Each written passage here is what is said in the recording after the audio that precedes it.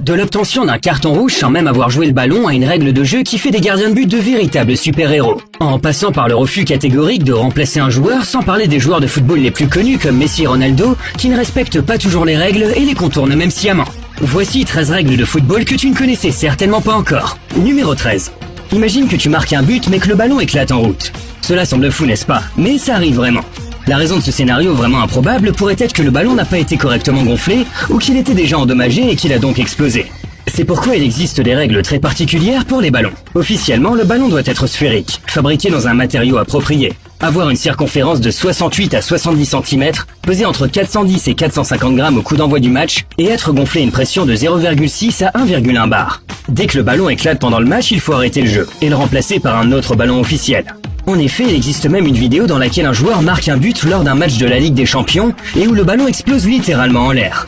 Mais que se passe-t-il si le ballon éclate avant le but lors d'un tir de pénalty par exemple? Dans ce cas particulier, le pénalty est rejoué et le but ne compte pas. D'accord, la probabilité que cela arrive est faible, mais au moins tu connais la règle. Numéro 12. Savais-tu qu'un match peut commencer avec seulement 7 joueurs? Nous savons tous qu'un match officiel de football se compose de 2 équipes de 11 joueurs. Mais avant même le coup d'envoi, il existe une règle intéressante. Si pour une raison ou une autre, une équipe manque de joueurs, elle pourrait théoriquement commencer le match avec seulement 7 joueurs. Mais c'est aussi le strict minimum nécessaire pour qu'un match puisse être lancé. Attention donc, car dans une équipe de 11 joueurs, l'équipe peut recevoir au maximum 4 cartons rouges. Le 5e carton rouge mettrait fin au match, et l'autre équipe gagnerait donc par forfait 3-0. La seule bonne chose, cette règle ne concerne pas les remplaçants sur le banc. Il peut y avoir autant de cartons rouges que possible. Mais ce qui est encore plus choquant, c'est que tu peux même recevoir un carton rouge avant même que le match ne commence. Numéro 11. Cela semble étrange, mais c'est déjà arrivé. Demandez simplement à Patrice Evra car il en sait probablement quelque chose. Nous sommes le 2 novembre 2017, et avant un match de Ligue Europa entre Guimarães et Marseille, Patrice est pris dans une altercation avec un supporter. L'arbitre lui donne alors un carton rouge et l'expulse du terrain avant même le début du match. Mais contrairement à ce qui se passe en cas d'expulsion pendant un match, Marseille a pu remplacer Evra dans son 11 de départ, puisque le match n'avait pas officiellement encore commencé. Une règle curieuse qui montre que le football réserve toujours des surprises. Numéro 10. Un carton jaune pour une célébration interdite après un but reste valable, même si le but n'est pas accordé. Mais c'est vraiment le cas. La règle a été introduite en 2019 et signifie que si tu marques un but et que tu enlèves ton maillot pour célébrer et que le but n'est ensuite pas validé par vérification vidéo, le joueur sera averti d'un carton jaune pour s'être mis torse nu. Arkadiusz Milik en a fait l'expérience lors d'une fin de match dramatique entre la Juventus et Salernitana. Il a marqué un but à la 96e minute, a retiré son maillot et a été expulsé. Le but n'a ensuite pas été comptabilisé, mais son 2e carton jaune a été maintenu. Dommage. Numéro 9. Tu peux être expulsé sans même avoir participé activement au match. Je veux dire, regarde le visage de Cahill. Il a l'air de l'avoir mauvaise. Cahill n'était même pas sur le terrain à ce moment-là. Il était juste sur le banc de touche et pourtant, il a reçu un carton rouge. La raison? Les remplaçants et toute l'équipe sur le banc sont toujours considérés comme des membres actifs de l'équipe. Les mêmes règles de carton s'appliquent donc aussi pour les joueurs sur le banc. Et même les entraîneurs peuvent recevoir des cartons rouges depuis 2019. Il suffit de demander à José Mourinho, Oliver Glasner ou Pellegrino Matarazzo, je suis presque sûr que ces trois-là ne sont pas grands fans de cette règle.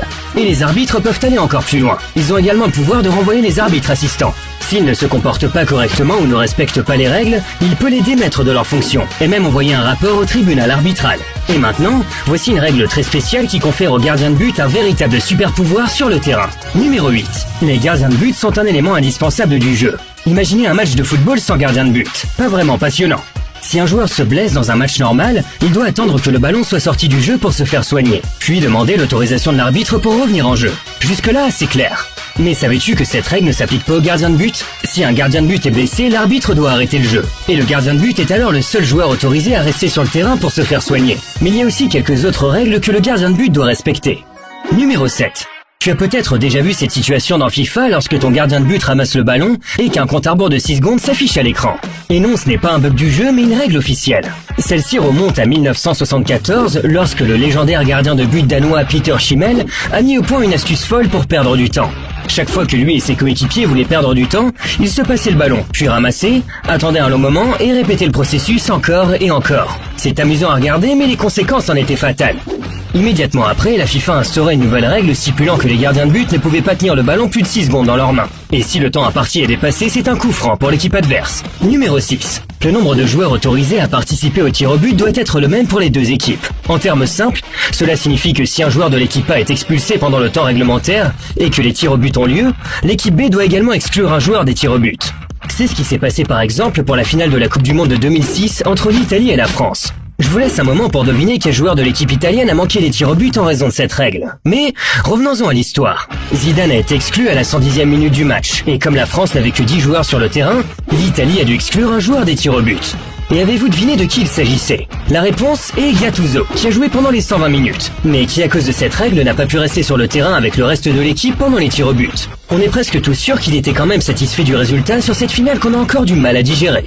Numéro 5. Le football est intense, il est plein de rebondissements, peut comporter des tacles violents. Si l'arbitre touche le ballon et interrompt le jeu, on s'attend à ce qu'il soit rendu à l'équipe. Si un fan court sur le terrain, on s'attend à ce que la sécurité l'arrête. Si un deuxième ballon arrive sur le terrain, il doit être immédiatement retiré. Le fait est que les choses, les gens, tout ce qui se trouve en dehors du terrain ne doit pas intervenir directement dans le jeu. Une telle scène s'est déjà produite par exemple dans la Ligue brésilienne. Un but a failli être marqué, mais au bon moment, une personne non impliquée a sauté en direction du but et a vraiment arrêté le tir. Selon le règlement, l'arbitre doit alors intervenir et le coureur expulsé du terrain. Mais les humains ne sont pas les seuls à envahir le terrain sans autorisation. Vous souvenez-vous de l'un des buts les plus tristement célèbres de la Premier League? Sunderland contre Liverpool. Darren Bent charge sa frappe. Ce n'est pas le meilleur tir, mais il a de la force. Le ballon se dirige directement vers Pepe Reina dans les buts de Liverpool. Cela devait être une simple défense de routine pour le gardien, mais le ballon heurte un ballon de plage lancé sur le terrain depuis les gradins et la trajectoire est déviée. Et le ballon file dans les buts. Selon les règles du jeu, le but n'aurait pas dû compter, mais dans ce cas, l'arbitre l'a effectivement accordé. Ces moments de folie sont si rares que ça a fini par devenir une règle que personne n'aurait imaginé. Malheureusement pour Liverpool à l'époque, le but a été validé. Mais depuis ce jour, si quelque chose de similaire se produit, la règle est bien connue et claire et le but ne sera pas compté. Numéro 4. Avez-vous déjà regardé les drapeaux de corner de plus près sur un terrain de foot et vous êtes-vous déjà demandé à quoi ils servaient? D'une part, ils donnent une idée d'où sont les lignes, pour les joueurs qui sont loin par exemple et qui veulent faire une passe en profondeur. Mais ces poteaux se trouvent-ils à l'intérieur ou à l'extérieur du terrain? Si le ballon le heurte et ne sort pas du jeu, le ballon reste en jeu, comme pour les poteaux de but. On sait aussi que c'est une zone très appréciée par de nombreux joueurs pour célébrer leur but. Vous serez peut-être aussi surpris de l'apprendre, mais un match ne peut pas se dérouler sans drapeau de corner. Pas de drapeau, pas de match. Numéro 3. La règle suivante comporte plusieurs niveaux. Dans les règles officielles du football, il est écrit que le ballon doit être frappé vers l'avant lors d'un penalty. Il n'est toutefois pas écrit qu'il doit également être tiré dans le but. Cela signifie que si tu bouges le ballon avec un peu de force, la première étape est déjà atteinte. Mais passons maintenant à la deuxième étape, car c'est là que les choses se compliquent un peu. Comme tout le monde le sait, lors d'un penalty, aucun autre joueur que le tireur et le gardien ne doit se trouver dans la surface de réparation. Pour réussir cette astuce sans enfreindre les règles, le joueur à qui tu passes le ballon doit être suffisamment rapide pour atteindre le ballon et le mettre dans le but. Et il y a encore une autre règle des tirs au but que vous ne connaissiez certainement pas tous. Il est assez courant que le joueur tire le penalty, le gardien fasse une parade et le joueur retire ensuite pour finalement marquer. Mais saviez-vous que si le ballon rebondit sur le poteau ou touche la barre transversale, le joueur ne peut pas retirer? Pourquoi en est-il ainsi? Eh bien, comme le tireur est la dernière personne à avoir touché le ballon avant qu'il ne rebondisse sur le poteau ou la barre transversale, personne d'autre n'a directement touché le ballon autre que le tireur. Donc si tu tires à nouveau, tu auras touché le ballon 2 fois de suite et cela n'est pas autorisé. Numéro 2. Il est impossible de marquer un but contre son camp lorsqu'il s'agit d'un coup franc direct et que le ballon franchit alors réellement la ligne de but sans que personne d'autre ne le touche.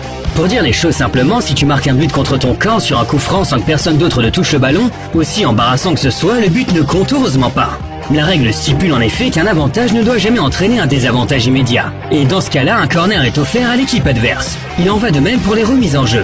Si une remise en jeu atterrit dans son propre but sans qu'un joueur de l'équipe adverse ou de l'équipe locale ne touche le ballon, ce but malheureux ne compte pas non plus. Et dans ce cas-là aussi, un corner est donné à l'équipe adverse. Numéro 1. Le football est un sport d'équipe et de nos jours, les équipes ont la possibilité de remplacer un grand nombre de leurs joueurs. Au cours des 30 dernières années, nous avons vu le nombre de joueurs sur le banc de touche passer de 3 à 5, puis à 7 et enfin à 9. La plupart des joueurs savent donc qu'ils peuvent être remplacés à tout moment. Le tableau des numéros se lève. Le joueur voit qu'il est remplacé, quitte le terrain, retourne sur le banc ou s'il n'est pas satisfait, se rend directement dans les vestiaires. Mais saviez-vous qu'un joueur peut même refuser d'être remplacé? Oui, t'as bien entendu. Si un joueur sur le terrain refuse de quitter le terrain, l'arbitre insistera finalement pour que le match reprenne avec le joueur initial. Et cela s'est effectivement déjà produit 1 ou 2 fois. C'est là qu'intervient le gardien de but Kepa Arrizabalaga de Chelsea qui joue actuellement en prêt au Real Madrid. Lors de la finale de l'EFL contre Manchester City, il a en effet refusé d'être remplacé à la fin des prolongations. L'entraîneur Maurizio Sarri avait voulu procéder à un changement tactique dans les dernières minutes pour faire entrer Willy Caballero, le gardien de but spécialiste des pénaltys. Et qu'est-ce qu'on peut dire? Chelsea a perdu les tirs au but et Kepa a ensuite dû payer une amende au club.